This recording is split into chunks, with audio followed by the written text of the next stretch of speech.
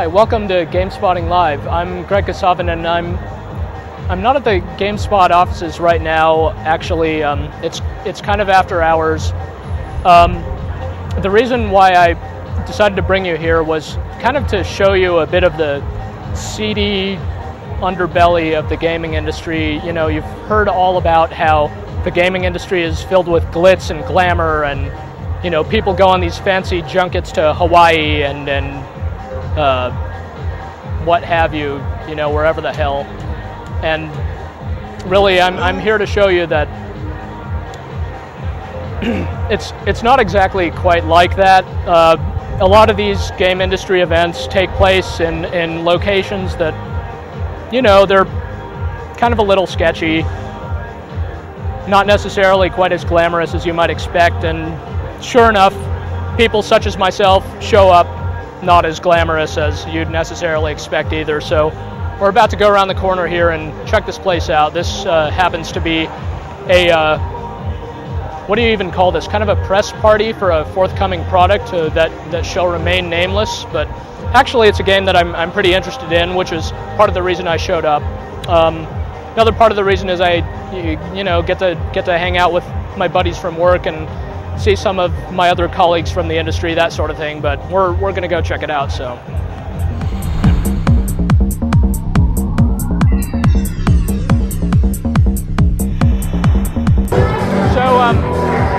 Basically what you do at these events is you kind of stand in line and wait for drinks.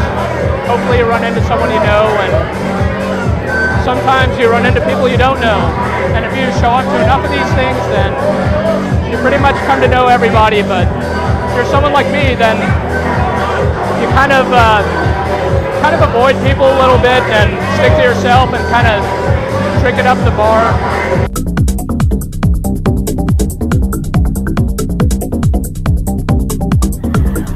About 25 minutes after the last time we spoke, and I've got my drink now.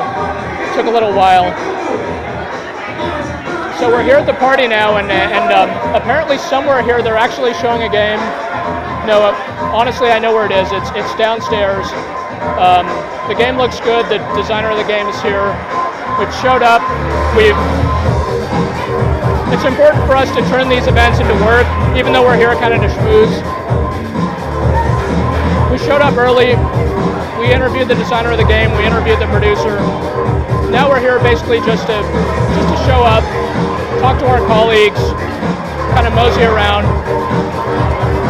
It's nothing really fancy. It's you know, the only real bars or parties I go to are things related to the industry, and honestly I don't even get out too much to these types of things. So let's go look around.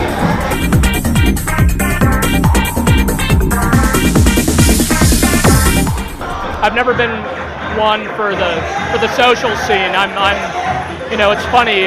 Readers kind of. I'd like to think that,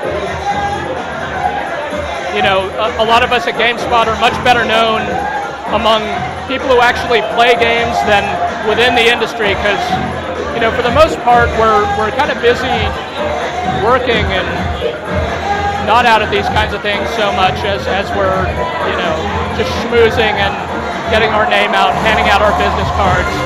It's not really about that for me.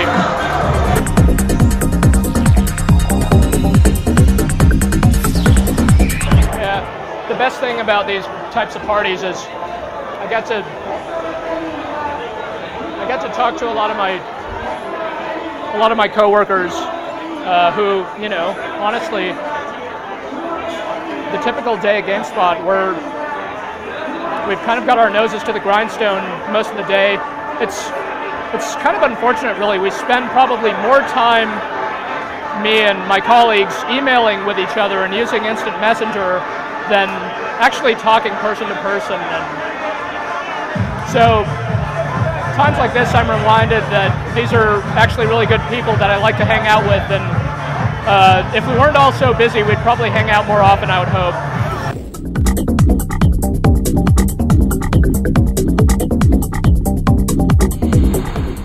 Yeah, so maybe you're wondering how often these sorts of events happen.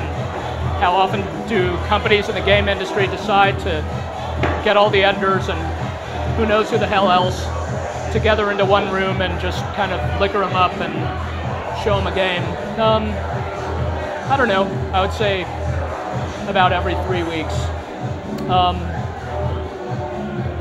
These events really, they're a pretty important part of the industry.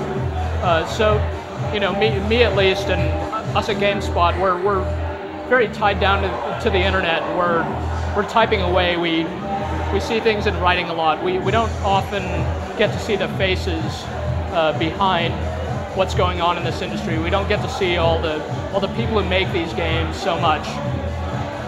And it's important to do so, just to really keep in mind that at the end of the day, you know, even when you're playing a really bad game, a whole bunch of people probably worked pretty hard to put it together. You know, it's not necessarily their fault that the game turned out to be crap. They just, you know, they were given an unrealistic deadline. They were forced to ship it, you know, before it was done. Whatever. It's not their fault. It's a job. You know, it's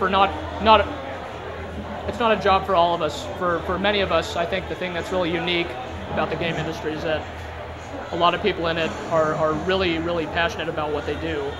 That's why this industry has grown so quickly, is because I believe it's got to be one of the hardest working industries in the world, as far as, you know, the amount of time and effort and energy and just soul and willpower that people in it are willing to put forth. You know, whether they're the designers or the journalists or whoever.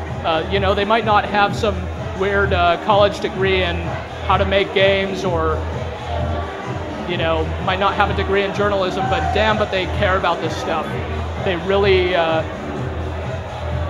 they're really into this material and really want to do a good job with it. So, you know, even though I really honestly don't know a lot of people in this industry and they don't know me, I've never met them, I still look forward to these things and kind of looking around, seeing who my colleagues are, and kind of looking them in the eye maybe for a moment and getting a sense of who I'm up against to some extent, and also who I may be working with at some point in the future, because when I'm at these parties, I know that these are people, you know, that I'm going to see for many years to come, because just like me, a lot of the people here are going to remain in this industry for a very long time. So you better like us, because we're not going anywhere anytime soon.